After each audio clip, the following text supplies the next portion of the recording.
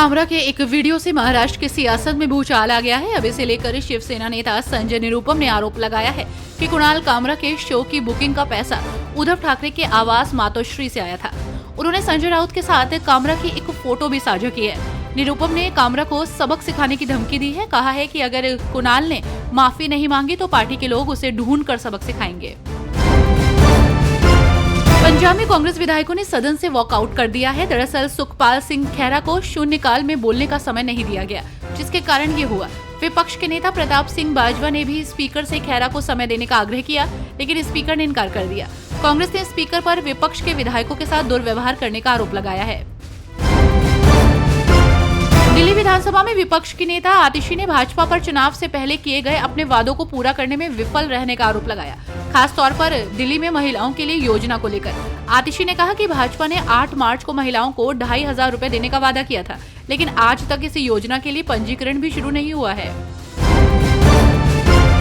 हीरानगर मुठभेड़ पर बोलते हुए जम्मू कश्मीर के नेता प्रतिपक्ष सुनील शर्मा ने नेशनल कॉन्फ्रेंस की आलोचना की और कहा कि वे विधानसभा में पाकिस्तान से बातचीत के समर्थन में खड़े हैं। उन्होंने ये भी कहा कि नेशनल कॉन्फ्रेंस के चरित्र में दोहरा मापदंड है।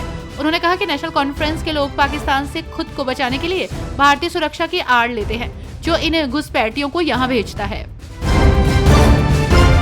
कुणाल कामरा आज चर्चा में बने हुए हैं। उनकी टिप्पणी को लेकर राजनेताओं की प्रतिक्रिया सामने आ रही है। वहीं इसी बीच राज्यसभा सांसद जया बच्चन ने कुणाल कामरा विवाद पर कहा, बोलने की आजादी कहाँ है? कार्रवाई की आजादी तभी है जब हंगामा हो। उन्होंने एकनाथ शिंदे को लेकर आगे कहा कि आप अपनी असली पार्टी छोड़कर सत्ता के लिए दूसरी पार्टी में आ गए। क्या ये बाला साहब ठाकरे का अपमान नहीं है? कर्नाटक अल्पसंख्यक आरक्षण के कदम पर मचे बवाल के बीच कांग्रेस सांसद शशि थरूर ने कहा कि ये करदाताओं के पैसे की बर्बादी है और इस संसद को तमाशा बना दिया गया है।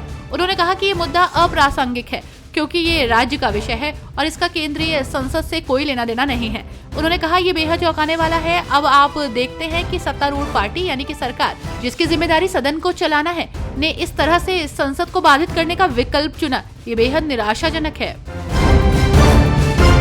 कांग्रेस विधायक नाना पटोले ने कुणाल कामरा विवाद के मद्देनजर शिवसेना शिंदे गुट कार्यकर्ताओं द्वारा हाल ही में की गई बर्बरता की निंदा की। उन्होंने महाराष्ट्र में कानून व्यवस्था की गिरावट की ओर इशारा करते हुए इस बात पर जोर दिया कि डर के कारण लोग और उद्योग दोनों ही राज्य छोड़कर जा रहे हैं। कामरा ने कथित तौर पर महाराष्ट्र के उप मुख्यमंत्री एकनाथ को देशद्रोही कहा था। उन्होंने कहा महाराष्ट्र में कोई कानून व्यवस्था नहीं है।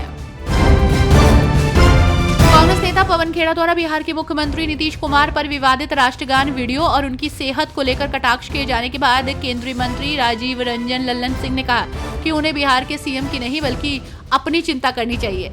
राजीव रंजन सिंह ने कहा कि उन्हें कोई चिंता जताने की जरूरत नहीं है, पवन खेड़ा को अपनी चिंता करनी चाहिए।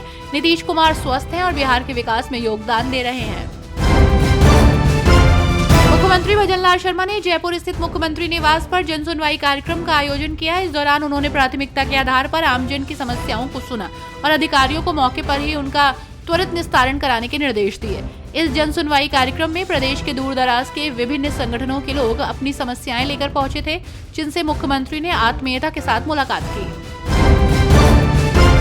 महाराष्ट्र के उप मुख्यमंत्री एकनाथ शिंदे के बारे में कॉमेडियन कुणाल कामरा की टिप्पणी पर बढ़ते विवाद के बीच शिवसेना नेता शाइना एनसी ने कॉमेडियन कुणाल कामरा पर निशाना साधा और कहा कि शिवसेना उस पर कार्रवाई करेगी जो आपके लिए एक त्रासदी बनने जा रही है।